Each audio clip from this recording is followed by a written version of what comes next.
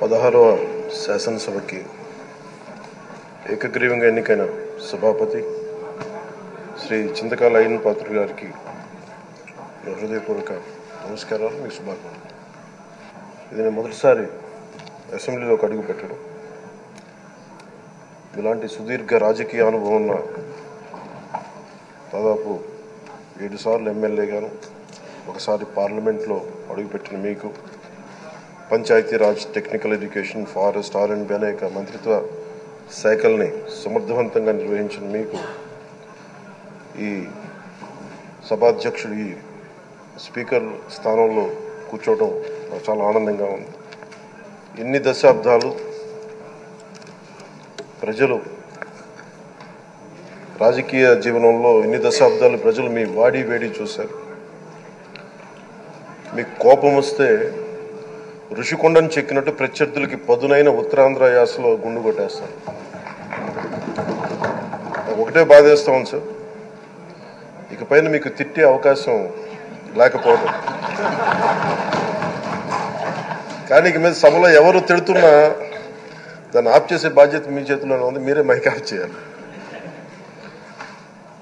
అంటే మా చిన్నప్పుడు నేను చూసేవాడు, ఒకసారి అల్లరి చేసే అబ్బాయిని క్లాస్ లీడర్ చేసేవాడు చిన్నప్పుడు మా స్కూల్లో. కానీ ఇన్నాళ్ళు ప్రజలు మీ వాడి వేడి పలుకులు, మీ ఘాటైన వాగ్ధాటి చూశారు. ఈ రోజు నుంచి రాష్ట్ర ప్రజలు మీ హుందాతనం చూస్తారు. డిబేట్స్ వెనకాల దాక్కుని సంస్కారహీనమైన భాషలని, భావాలని రకరకాల మాధ్యాల్లో విరజిమ్ముతూ ఉంటారు. దాని నియంత్రణ మీ ఆధ్వర్యంలో ఇక్కడి నుంచే మొదలవ్వాలి. ఇందాక సభా నాయకులు, గౌరవ ముఖ్యమంత్రి శ్రీ చంద్రబాబు నాయుడు గారు చెప్తారు, ఆడబిడ్డలు ఏ విధంగా నలిగిపోయారు ఈ రాష్ట్రంలో గత 5 సంవత్సరాల్లో. చిన్న లేదు, పెద్ద లేదు, ఎవరని లేదు. ఎవరన్నా సరే ఒక మాట మాట్లాడితే వాళ్ళు వ్యక్తిగతంగా దూషణ, సోషల్ మీడియాలో వాళ్ళని క్యారెక్టర్ అసాసినేట్ చేయటం, వాళ్ళు పెద్ద నాయకులు కావచ్చు, కార్యకర్తలు కావచ్చు, లేదా వాళ్ళకి ఎదురు తిరిగి ఒక ఒపీనియన్ చెప్పి ఎవరైనా సగటు మనిషి కూడా కావచ్చు, అది ఇక్కడతో ఈ రోజు నుంచి ఆగిపోవాలి అధ్యక్ష. అది మీ ఆధ్వర్యంలోనే మొదలవ్వాలి. గత ప్రభుత్వం తాలూకు సభ జరిగిన విధానం చూస్తే ఈ వ్యక్తిగత దూషణ ఇవన్నీ చాలా ఇబ్బంది పెట్టే ప్రజలు. ఈ రోజున వాళ్ళకి 11 సీట్లకు పరిమితం అయ్యారు. ఈరోజు లేరు, ధైర్యం లేదు వాళ్ళకి. విజయాన్ని తీసుకోగలిగారు కానీ ఓటమి కూడా ధైర్యంగా కూర్చుకునే వాళ్ళకి స్థాయి లేదు. వాళ్ళకి పారిపోయారు ఇక్కడి నుంచి. భావంలో ఉండే తీవ్రత భాషలో ఉండాల్సిన అవసరం లేదు. భాష మనుషుల్ని కలపడానికి కానీ విడగొట్టడానికి కాదు. భాష విద్వేషం రేపడానికి కాదు, పరిష్కరించడానికి.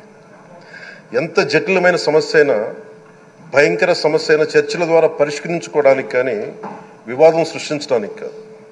ఈ సభ ఉన్నది అందుకు. కానీ మనం చూసింది వాళ్ళ దగ్గర నుంచి బూతులతోటి, వ్యక్తిగత దోషులతోటి రాష్ట్ర పురోభివృద్ధిని ఆపేశారు.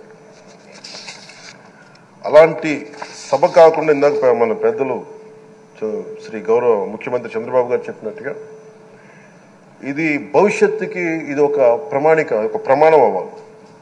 2047 వరకు ఇంత అద్భుతమైన స్థానంలో మనకి ఆంధ్రప్రదేశ్ తెలుగు జాతి ఉన్నత స్థాయికి వెళ్ళాలంటే ఈరోజు మనం వేసే ప్రతి అడుగు అది భవిష్యత్ తరాలకు ఒక నిర్దేశక, ఒక టచ్ స్టోన్గా ఉండిపోవాలి, ఒక గిట్ రాయిగా ఉండిపోవాలి. ఈ రోజున ఈ సభలో ఉన్న గౌరవ సభ్యులందరూ చట్టాలు చేయడానికి ఉన్నారు, చట్టాలు ఉల్లంఘించడానికి కాదు. విభేదించడం అంటే ద్వేషించడం కాదు, వాదించడం అంటే కొట్టుకోవడం కాదు. ఇవన్నీ విభేదించడం, వాదించడం ఇవన్నీ ప్రజాస్వామ్యానికి చాలా మౌలికమైన పునాదులు. ఆంధ్రప్రదేశ్ ఆవిర్భావం జరిగి అసలు భాషా ప్రయుక్త రాష్ట్రాల ఆవిర్భావమే మన ఆంధ్ర రాజ్యంతో మొదలైంది. అమరజీవి పొట్టి శ్రీరాములు గారి బలిదానం మీద మన రాష్ట్రం పుట్టింది. 56 రోజులు తిండి తిప్పలు తినకుండా నరకం అనుభవిస్తూ ఆయన బలైపోయారు. ఆయన మరణానికి చేరువవుతూ ఆమరణ నిరాహార దీక్ష చేసిన ప్రతిరోజు మనకి దాదాపు ఈ సుదీర్ఘమైన 6 దశాబ్దాల కాలం, 1.5 సంవత్సర కాలం అంటే ఆయన ప్రతిరోజు చావుకు చేరువవుతూ భోజనం లేకుండా ఆయన గడిపిన ప్రతిరోజు మనకి 1.5 సంవత్సర కాలం. అలాంటి నేపథ్యంలో అలాంటి మహోన్నతుడు శ్రీ పొట్టి శ్రీరాములు గారి త్యాగాన్ని కనుక మనం ఈ సభలో ప్రజా సంక్షేమం కోసం మాత్రమే చర్చలు జరగాలి, వాదోపవాదాలు హద్దులు దాటకుండా ఉండాలి, వ్యక్తిగత దూషణకి తావివ్వకుండా ఉండాలి. అలా కాకుండా గత ప్రభుత్వం లాగే ఈ సభని తిట్లకి బూతులకి కొట్లాటికి వాడితే ప్రతి నిమిషం పొట్టి శ్రీరాములు గారి బలిదానాన్ని అవమానం చేసినట్టే. ఒక గొప్పవాడు, ఒక మహానుభావుడు బతికినప్పుడు మాత్రమే కాదు, చనిపోయిన తర్వాత కూడా కొన్ని తరాలు ఉపయోగపడతారని నిరూపిస్తారు.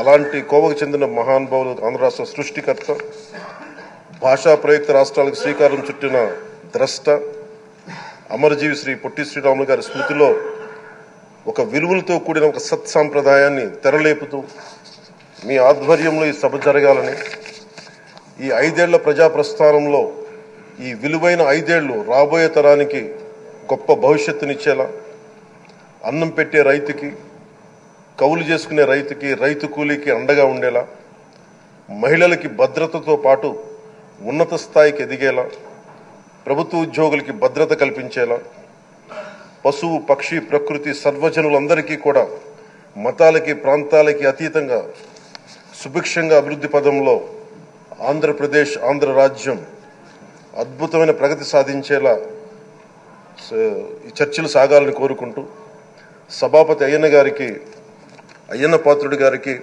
మీ ఆధ్వర్యంలో ఈ సభ ఒక సరికొత్త సాంప్రదాయానికి, సత్సాంప్రదాయానికి ఇది తెరతీయాలని కోరుకుంటూ మీకు మరోమారు శుభాభినందనలు తెలియజేసుకుంటాను.